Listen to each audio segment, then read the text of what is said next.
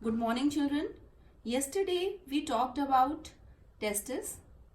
In continuation, today we will discuss about male accessory ducts, external genitalia, and male accessory glands. So, male accessory ducts include reticestis, vas efferentia, epididymis, and vas deferens. So, these are the male accessory ducts. So one by one we will discuss about these ducts. So first is reticestis. These reticestis arises from seminiferous tubule. I told you yesterday that seminiferous tubule helps in the formation of sperms. So these reticestis, they are the network of ductules, and these network of ductules receive sperms from seminiferous tubules. Now from reticestis arises vas efferentia, right? And these vas efferentia, they are ciliated ductules. Now these vas efferentia receive sperms from reticestis, and then this vas efferentia transfer this sperm to epididymis, right? This is epididymis, and epididymis is highly coiled narrow tubule. This epididymis, if you see, it has three parts. First, this enlarged portion, it is said to be the caput epididymis. The middle portion, it is said to be the corpus epididymis, and the lower portion is said to be the cauda epididymis. Now the function of epididymis. The function of epididymis is to store and nourish the sperms. Now these sperms which are formed in seminiferous tubule are temporarily stored in this epididymis. From this epididymis, these sperms transport into the vas deferens, right? So this vas deferens, now this vas deferens ascend to the abdomen, right? Here you are seeing that it is ascending to the abdomen and it loops over the urinary bladder, right? Now it receives a duct from seminal vesicle. Here it is seminal vesicle. So this vas deferens, this is the vas deferens, light pink color. It receives duct from this seminal vesicle, right? And then it opens into the urethra and form an ejaculatory duct, right? So epididymis opens into a vas deferens. So sperms from epididymis, they moves into the vas deferens. This vas deferens loops over the urinary bladder and it receives the duct of seminal vesicle and open into your urethra by means of ejaculatory duct. Now, what are the function of these ducts? The function of these ducts is to store and transport the sperms from the testis to outside, right? So all the sperms which are traveling from this path, it comes to the urethra, and from urethra they moves outside. So here from testis, where the sperms they are producing, they are traveling this much of distance and then they are moving out from the penis, right?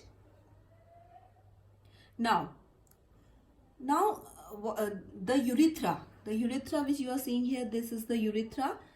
The urethra, it originates from the urinary bladder, right? And then it extends through the penis. It is extending through the penis. This is the urethra and this is the penis, and it is extending to the penis. And then it open outside through a opening which is said to be the urethral meatus, right? Here it is not shown. In the next diagram it is clear.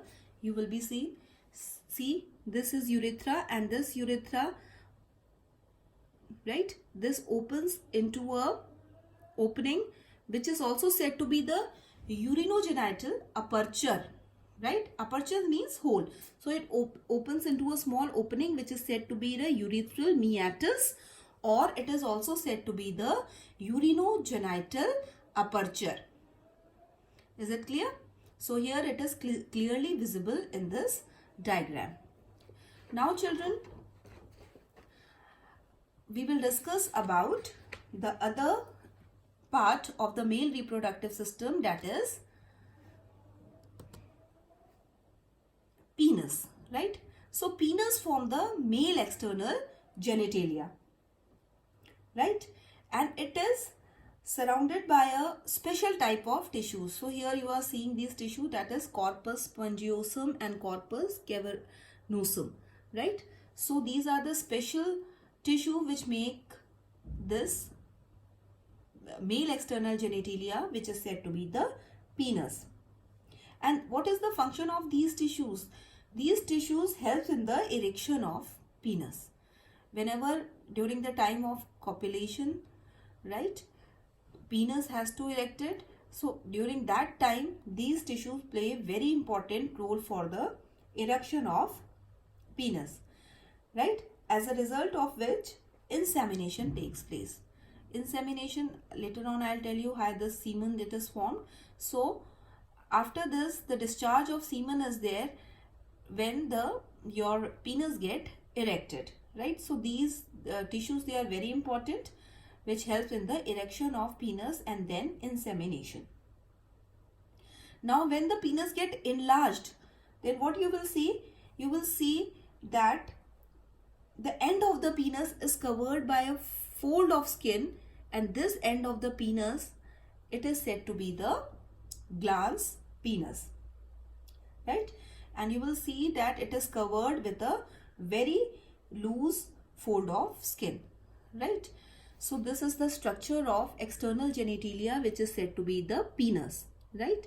This is body of penis.